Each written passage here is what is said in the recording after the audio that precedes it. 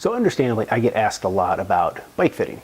And in a lot of circumstances, I'll recommend to people that there are certain ways that they can actually solve some of their own problems. The best way to do this is to leverage some of the digital video technology that we have available to us. And while every individual might not be able to do a complete bike fit and render a perfectly professional series of outcomes, I do believe that by doing this, people can learn a ton of information about how they interact with their bike that will help them solve a lot of problems, actually. So again, while it may not be a perfect solution, I do believe that using and leveraging this digital video technology can go a long way towards helping people solve some of these basic and sometimes even not so basic problems that they're having on the bike. In fact, I still use digital video technology when I consult with people. I have clients all over the world, and they send me videos of themselves riding.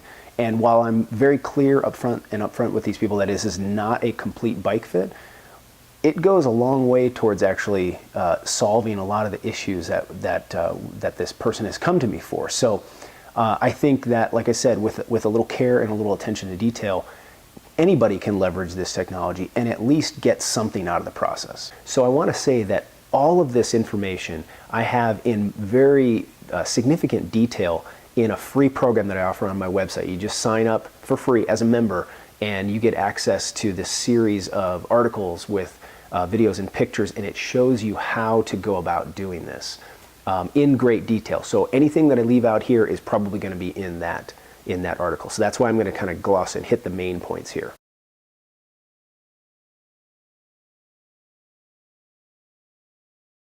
So let's start with from an equipment standpoint. What do we need?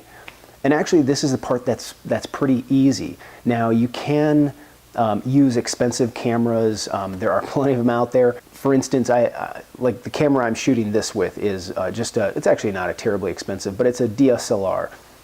It does really well for this type of shooting. However, for shooting digital video, it does okay. It does fine. I think there's actually a lot more accessible and a lot more useful options out there. First of which is things like our GoPros. This GoPro 4, I can shoot 100 frames per second pretty readily. I can shoot 120. I can even go up to 240 frames per second in certain modes. But even simpler than that are our phones. Many of them are coming with really good capabilities to shoot video. To show just how good this can be, take a look at this video from one of my international clients. This first part was shot on his very expensive DSLR. It's definitely a camera body and lens that was worth more than a couple of $1,000s. And the video is good. When we stop it, most of the time it's fairly clear, but there's definitely some blurriness during some phases of the pedal stroke. But compare that to this video that he also sent me. Much clearer. Look at how when we stop it, there's very little blurring and all the landmarks are reasonably clear, much clearer than the previous video.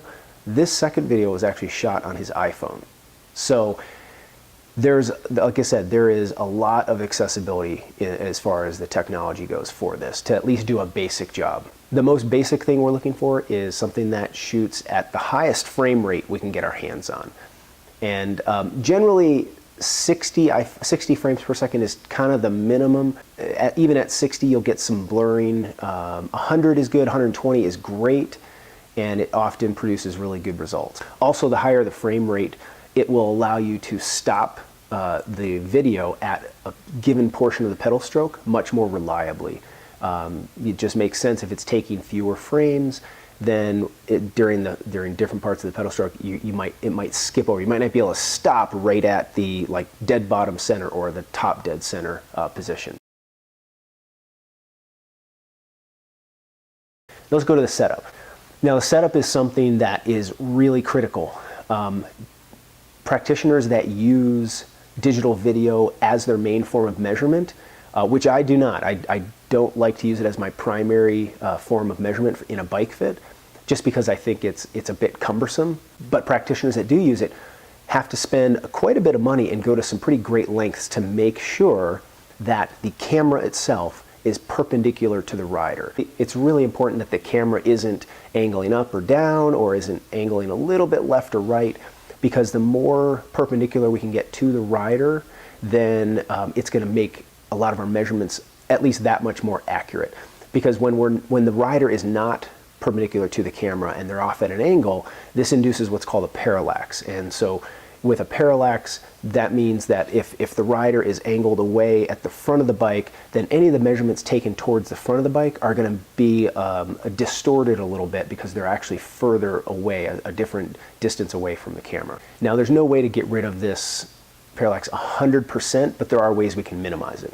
As I mentioned, there's some fairly expensive and rigorous means that you can go through to make sure that camera is perpendicular to the rider. But one way that I like to use that can minimize some of this error that is probably going to be inherent is to break up the recordings into two phases. Now, we're going to be recording mostly from the side, viewing the rider from the side. And we can break it up into where we're assessing the lower body and the upper body separate. This allows us to get the camera closer to the rider and it'll mitigate some of that error anyway. And so I like to break it up, or have clients when they're sending me videos, break it up into a measurement from maybe just above the hips down, obviously down to the bottom of the pedal stroke for the feet, so we can visualize the feet the entire time. And then a second measurement on each side where we're looking from, say, the hip on up through the upper body. We're definitely going to be using the lower body measurements more, but it never hurts to still get the upper body ones as well. And of course, we are going to be measuring. We want to take these recordings on both sides so we can get measurements on both sides and we can compare right to left. The third thing that really is critical, especially when you're shooting at high frame rates, is you want to get as much light on the subject as possible. When we're shooting at very high frame rates, the camera is taking pictures very quickly, essentially, and it's not allowing a whole bunch of light in. And so we need to really flood the rider with light so that because naturally when you're shooting at a higher frame rate, if you maintain the same amount of light, it's going to actually, the picture is going to be darker. And now, just as a quick aside, most of the videoing that I recommend to people is to view things from the lateral side, the lateral view. We can take video from the front and the back and assess, like from the front, we can follow the knee and see what the tracking is doing there and a few other things. And from the back, we can see, track the way the hips are on the saddle. However, I think we get most of the useful information. I would say 80% of what the DIY person at home is going to make use of is from the lateral view.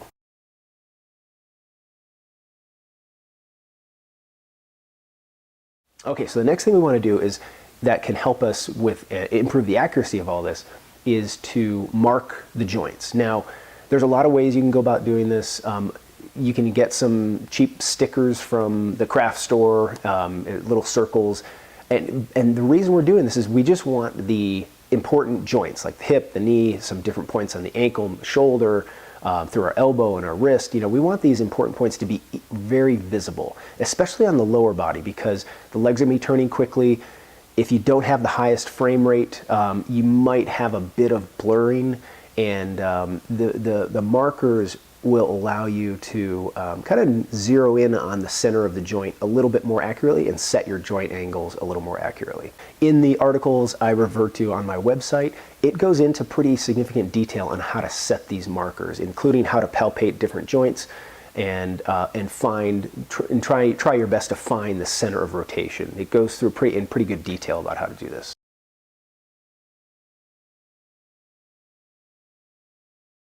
So now that we've recorded, and I usually have people record maybe, you don't need that much, maybe a minute or two on each side at the most.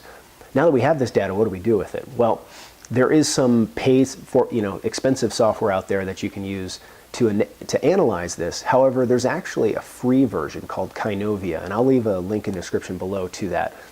And it's actually really powerful. It's a really good piece of software. I find it really easy to use to do just the few things I need it to do, to get joint angles, to follow, I can place a point on a certain joint marker, and then I can follow that point and it traces its path. And there's only a few other things I like to do with it, or I need it to do, and it can do actually quite a bit more than this. If you've watched any of my past videos, you've seen me use it a couple of times in some of those. And what I'll do in the software, since I have maybe a minute or so of the person pedaling, I will take whatever measurements I'm looking at, I'll take a measurement maybe anywhere from 4 to 10 times, meaning let's say I'm looking at how much knee extension the person has at the bottom of the pedal stroke.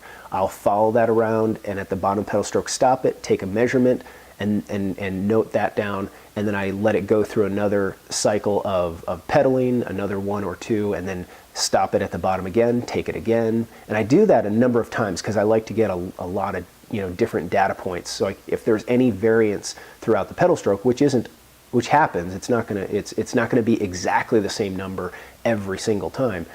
But it really gives you a better picture of kind of a running average of what things look like.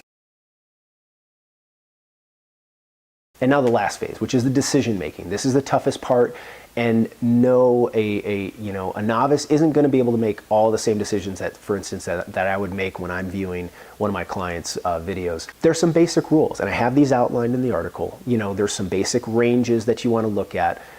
But like I said, you're going to learn a ton about how you move on the bike simply by just comparing things like your knee extension at the bottom of the pedal stroke on the right side and on the left side. Many people are surprised to find out that, wow, one leg actually straightens more than the other.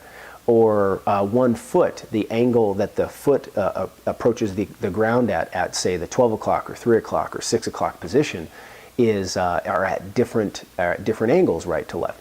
These are the kind of things like once you get through the big stuff, like knee extension at the bottom of the pedal stroke, knee flexion at the top of the pedal stroke. From those two things, you could answer a whole bunch of questions. Is your saddle the right height? Are your cranks the right length? There's some basic kind of decision-making matrices, you might call them, in the articles that kind of help you work through the basics of this. And I guarantee you, regardless, you're going to learn a bunch about how you sit on the bike. And again, in those articles, I also go through and show you just which measurements, what are the basic measurements, what do we want to start with. So to kind of sum up, this is a really simple way to leverage, like I said, technology that we have readily available to us for just about anyone to learn a whole bunch about themselves on the bike. Is it going to be perfect? No, but I guarantee you'll walk away with a few nuggets that are going to help you down the road. So please, by all means, sign up, check out those articles, and let me know what you think. They're just a basic primer. They're just to kind of help you get started. But I think that there's a lot of information. There's a lot of good information there. So that's all I have for this one. Thanks, everyone. If you like this, the Bike Fit articles that are on the website as a member, there are also some new programs going up for solving knee pain on the bike. I have my mobility series for cyclists. Basically, it's the best exercises I found for cyclists on the bike. Those are available. Those are paid programs, relatively inexpensive, however, to access. And I have more on the way. I have another one that I am in process of shooting right now that will be how to kind of plan for that next bike. How do you make sure that you get the next bike size correctly and get it fitted as best as you can. So look for that coming out fairly soon as well. And check out those other ones if you're interested. If not, no big deal. I appreciate you hanging in there for this video, and I will see you next time. Thanks, everyone.